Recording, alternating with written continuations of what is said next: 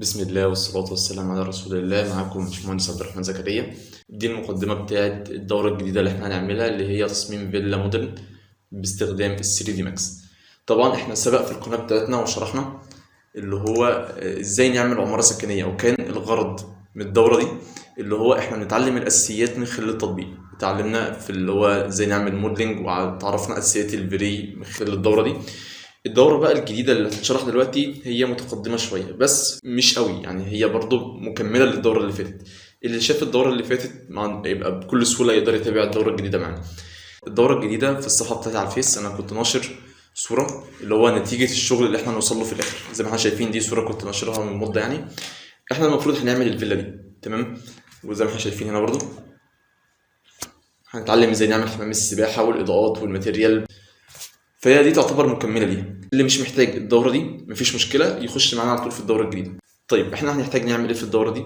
هناخد 3 دروس موديلنج عباره عن درسين للفيلا نفسها، وبعد كده درس اللي هو البيئه المحيطه اللي هو الجنينه والسور، ونعمل اللي هو لاندسكيب عامه وحمام السباحه وكده. بعد كده هناخد درس نحط فيه البلوكات وازاي نعمل الماتيريال بتاعتها.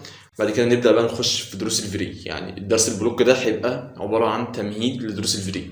بعد كده ناخد درسين عن الماتيريال. بعد كده هناخد درس ازاي نحط الاشجار بقى وكده، وخصوصا فورست برو يعني.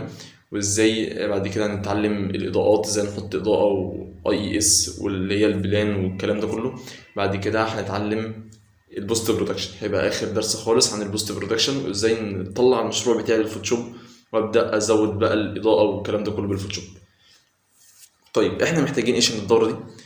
الاول ده ملف يعني بدائي شويه للكاد، هو معمول على السريع تمام. الغرض منه ان نتعلم ازاي نصدر الملف من الكاد للماكس مع مراعاة طبعا الوحدات بتاعتي، وازاي اعمل اكسترود. يعني الدورة اللي فاتت دي احنا كنا هنا نشتغل من دماغنا من غير مقاسات، كنا بنشتغل كده بالنظر او بالسنس.